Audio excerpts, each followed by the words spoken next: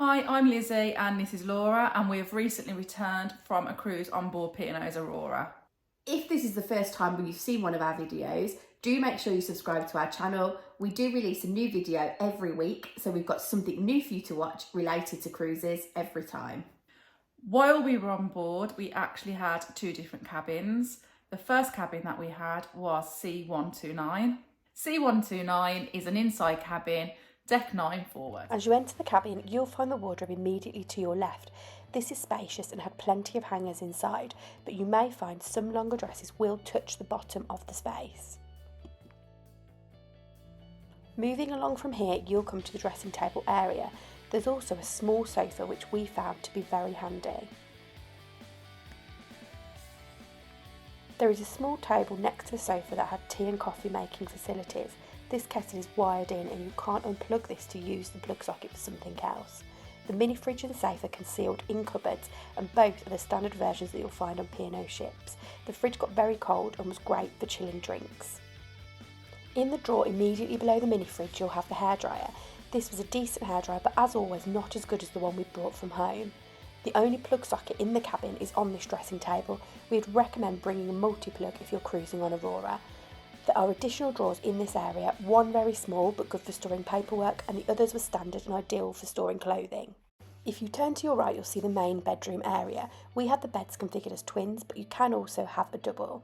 There was a small set of drawers between the beds and another larger set to one side. You can see the bathroom door here to the right of the beds, which is an unusual position. The bathroom is well appointed. We quite like the pink glittery bathrooms that you find on Aurora, but it is a bit old-fashioned, which is to be expected with the age of the ship. The shower does unfortunately have a shower curtain rather than a screen. We didn't find this to be a problem as the shower was quite spacious.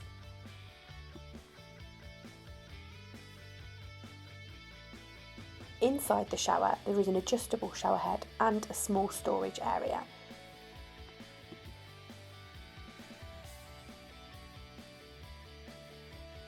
You'll also find P&O's provided white company toiletries in dispensers on the shower wall. There are lots of mirrors around the sink and there is a good amount of storage space in this area. There is also a shelf underneath the sink, and this is where you'll find your bathroom bin too. The mirrors above the sink open and contain more storage as well as a shaver socket. You may be aware from previous videos that we had problems with our cabin. We don't want to dwell on those too much in this review because we feel that they were very specific to the cruise we were on. If you want to know more about that, go back and watch our videos all about our New Year's cruise on board Aurora. We thought the location of this cabin was really good. It was forward on sea deck, but not all the way at the front of the ship. It was quite close to the forward lifts, which made it easier to access the rest of the ship. It also was between other cabins on the floors above and below, so that meant that we didn't really experience any noise in this cabin at all. You can tell that Aurora is often used for longer voyages because there was lots and lots of storage space in the cabin. There were plenty of wardrobes, drawers, even in the bathroom there's bathroom cabinets, so there was loads of places where you could put all your things, and it was easier to keep it tidy than other inside cabins that we've been in. The one thing that was a little bit different about this inside to other insides that we stayed in is that the bathroom door was in a bit of a strange position. So usually when you stay in an inside cabin, as you enter the cabin, the bathroom door will be in that sort of hallway area on either your left or right. This bathroom door was actually right next to the bed, and it was right next to the bed that I was sleeping in. We would usually leave the bathroom light on a night time on a cruise, so it's easy for us to find it in the night. We couldn't do this with the location of that bathroom door because it was just too bright for me to sleep. Because the cabin was forward, you could feel movement in the cabin. We did have some bad weather when we were in there and you could feel the movement, but it was nothing that particularly bothered either of us. In fact, we quite liked being rocked to sleep. If you like using the television in your cabin, which we don't particularly, we just tend to use the bridge cam to look at the webcam outside, we wouldn't recommend it in this one. The TVs on Aurora are quite small and the picture was just of really poor quality. On day 4 of the cruise, we got given a second cabin so that we could use it to sleep in and get dressed. If you want to know more of the reasons why, watch day 1, 2, 3 and 4 of our videos and that will tell all. D102 is the most forward cabin you could get on that deck. It's an inside cabin but on the outside of the ship. As you can see, the wardrobe area is again to the left as you enter this cabin and is configured in pretty much the same way as C129. The big difference with this cabin is that the bathroom door is opposite the wardrobes rather than in the main bedroom area. In this cabin, the bed was configured as a double but could be split into twins. The sofa and tea and coffee making facilities are at the end of the bed. The bathroom layout is very similar and contains all of the same storage and facilities that we had in C129.